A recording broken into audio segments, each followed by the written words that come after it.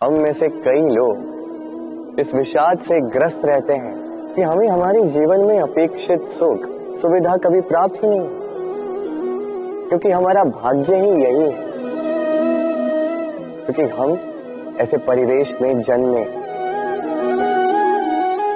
किंतु क्या आपका जन्म आपका प्रारब्ध निश्चित करता है? कुछ सीमा तक करता है।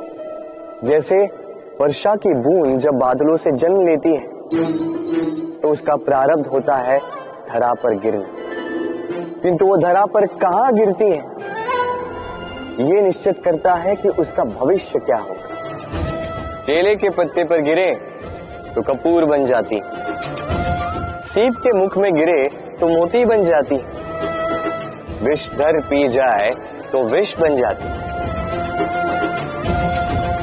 बूंद एक ही, प्रारब्ध तीन।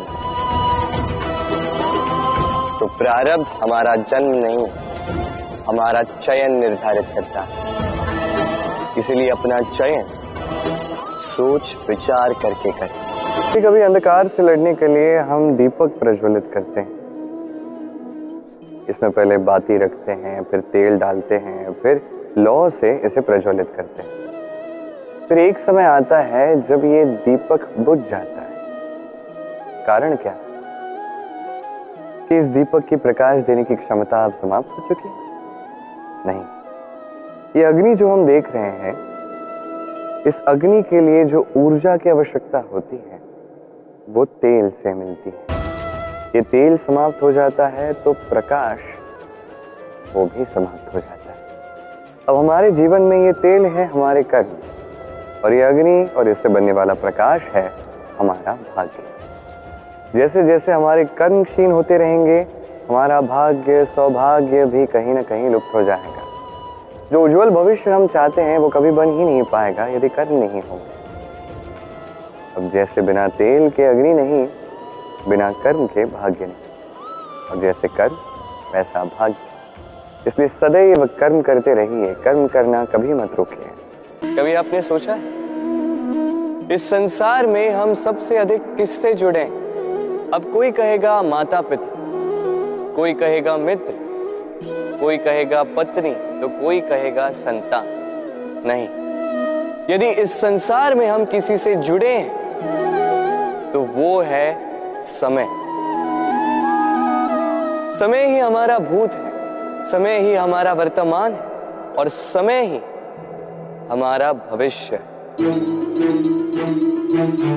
और हम क्या करते हैं? सबसे अधिक जुड़े समय को, सबसे बहुमूल्य संपत्ति को हम नष्ट कर देते हैं। कोई भविष्य के ऊंचे सपनों को बुनता है, कोई बीते कल को कोसता है, किंतु तनिक सोचिए, बीता कल आपके सोच विचार करने से बदलने नहीं वाला। और भविष्य के विषय में सोच विचार करके यदि आप अपना वर्तमान नष्ट कर देते हैं तो आपका भविष्य भी बीते कल की भांति ही होगा। इसलिए आज के विषय में सोचिए, उसे उत्तम बनाएं। आपका भूतकाल और आपका भविष्य अपने आप उत्तम हो जाए। मनुष्य अपने जीवन में वो सब कुछ पा सकता है जो वो चाहता है, बस आवश्यकता है तो इच्छा और निर्णय की। अब इच्छा क्या है? मात्र इस मन में प्रकट होने वाली एक भावना, एक भाव, उससे कुछ नहीं होता।